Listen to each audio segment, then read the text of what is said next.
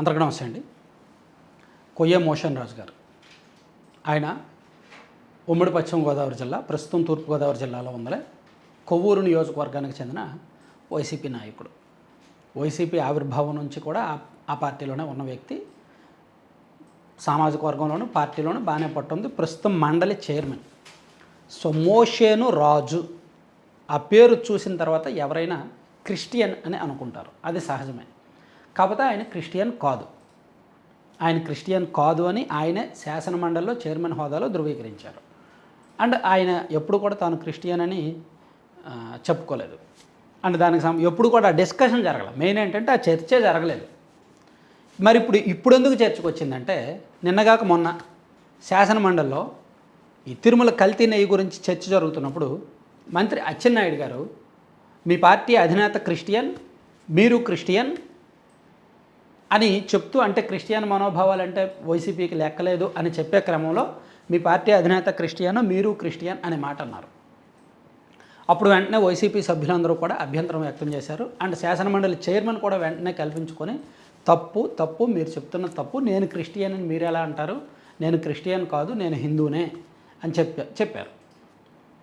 So తాను పూజలు చేస్తానని, తిరుమల వెళ్తానని చెప్తూ ఆయన తిరుమల వెళ్ళి పూజలు చేసిన ఫోటోలన్నీ కూడా వైసీపీ సోషల్ మీడియాలో ఆ తర్వాత రిలీజ్ చేశారు. సో ఓవరాల్గా ఆయన హిందూనే అని ధృవీకరించారు. అయితే సోషల్ మీడియాలో రెండు భిన్నమైన చర్చలు ఉన్నాయి. ఇప్పుడు మోషన్ రాజు గారు చైర్మన్ హోదాలో తిరుమలకు వెళ్ళారు. తిరుమలకు సోనియా గాంధీ గారు వెళ్తున్నారు, జగన్మోహన్ రెడ్డి గారు వెళ్ళారు, అంటే అన్ని మతస్థులు అందరూ వెళ్తున్నారు. అలాగే ఆయన కూడా వెళ్ళారు. సో అంత మాత్రాన ఆయన హిందూ అయిపోతారా? తిరుమలకు వెళ్ళిన ప్రతి ఒక్కరూ హిందువులు కాదు కదా, అన్ని మతస్థులు కూడా వెళ్తారు. కాకపోతే డిక్లరేషన్ మీద సంతకం పెడతారు, జగన్మోహన్ రెడ్డి గారు తప్ప మిగిలిన వాళ్ళందరూ పెడతారు. సో అయితే ఇక్కడ మోషేను రాజు అనే పేరు చూస్తే క్రిస్టియన్ అనే అనిపిస్తుంది. అందుకు అచ్చెన్నాయుడు గారు ఆయన క్రిస్టియన్ అన్నారు. కానీ ఆయన మాత్రం అభ్యంతరం వ్యక్తం చేసి, అసలు మీరు ఎవరిని క్రిస్టియన్ అంటున్నారు, నేను హిందూనే, నన్ను మీరు క్రిస్టియన్ చేస్తున్నారా, నేను 100% హిందూనే అని చెప్పారు.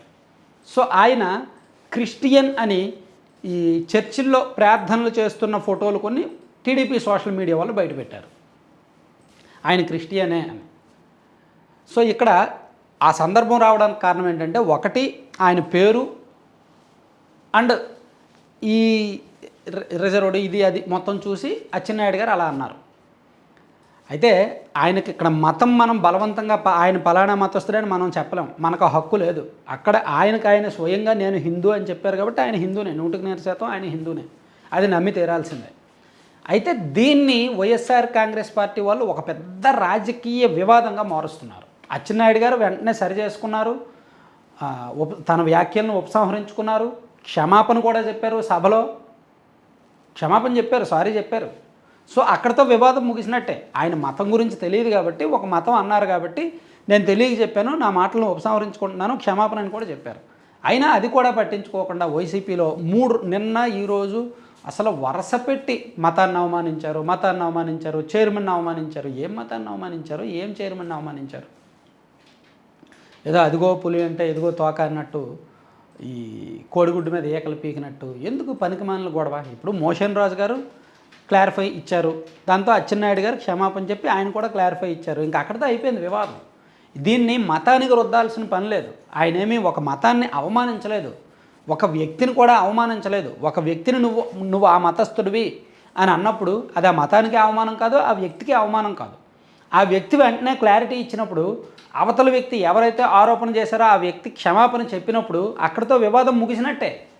కానీ అచ్చెన్నాయుడిని బర్తరఫ్ చేయాలి, అచ్చెన్నాయుడు రాజీనామా చేయాలి, అతను క్రిస్టియన్ మనోభావాలను దెబ్బతీశారు, ఆ చైర్మన్ గారు మనోభావాలను దెబ్బతీశారు అని చెప్పి ఏం మనోభావాలు ఉన్నాయి, ఏం దెబ్బతీశారు నాకు అర్థం కావట్లా. ఎందుకు రాజీనామా చేయాలో అర్థం కావట్లేదు. లేదు నేను విన్ను, నేను మిమ్మల్ని అంటాను, మీరు పడాల్సిందే అని ఏమైనా ఆయన అన్నారా? నేను నా వ్యాఖ్యలను వెనక్కి తీసుకోను, ఉపసంహరించుకోను, నా ఇష్టం వచ్చినట్టు నేను మాట్లాడతానని ఏమైనా అన్నారా? అనలేదుగా. వివాదాన్ని వెంటనే ముగించారుగా. అది నాకు అర్థం కావట్లా. అసలు అంటే ఏది దొరుకుద్దా సబ్జెక్టు, దాన్ని వెంటనే గొడవ చేసేద్దామా, మతాలకు సంబంధించి కులాలకు సంబంధించి గొడవ చేసేద్దామా అనే ఆలోచన కరెక్ట్ కాదు. అయిపోయింది, ఇంకా అక్కడితో సభ లోపల జరిగింది. అవసరమైతే మోషన్ రాజు గారు హర్ట్ అయితే, చైర్మన్ గారు హర్ట్ అయితే ఆయనకు సభా హక్కులు నోటీస్ ఇస్తారు. లేదా చైర్మన్ గారిని అవమానించారు కాబట్టి ఆయనకు నోటీసులు ఇవ్వచ్చు, ఆయన నుంచి క్రమశిక్షణ చర్యలు తీసుకోవచ్చు, లేదంటే నోటీసుకు సంబంధించి ఆయన నుంచి వివరణ తీసుకోవచ్చు. ఇంకా అక్కడితో అయిపోద్ది వివాదం. దాన్ని అవమానించడం, మతాలకు అవమానించడము, హోదాకు అవమానించడం అనే సబ్జెక్టే లేదు, ఆ ప్రస్తావనే లేదు, అసలు దానికి సంబంధమే లేదు. కానీ నిన్నటి నుంచి అసలు మతాన్ని అవమానించారని చెప్పి ఆ మతస్థులను రెచ్చగొడుతున్నారు, క్రిస్టియన్స్ని రోడ్డు మీదకి పంపిస్తున్నారు, వాళ్ళ చేత గొడవ చేపిస్తున్నారు, వీళ్ళేమో గొడవ చేస్తున్నారు. అచ్చెన్నాయుడు గారు రాజీనామా చేయాలంటారు, అంతకుముందేమో బీఆర్ నాయుడు గారు రాజీనామా చేయాలన్నారు, అది అయిపోయింది, ఆయన పట్టించుకోవాలా, ఆయన ఒక ప్రెస్ మీట్ పెట్టి పట్టించుకోవాలా, ఇప్పుడేమో అచ్చెన్నాయుడు గారి మీద పడ్డారనమాట. సో సందు దొరికితే చాలు మతం అంటారు, కులం అంటారు, అది అంటారు, ఇది అంటారు. సో ఇది కరెక్ట్ కాదు, ఈ రాజకీయం అయితే మాత్రం కరెక్ట్ కాదు. టైం వేస్ట్, కేవలం టైం వేస్ట్. మీరు టైంపాస్ రాజకీయాలు చేస్తున్నారు, టైం వేస్ట్ చేసుకుంటున్నారు అంతే.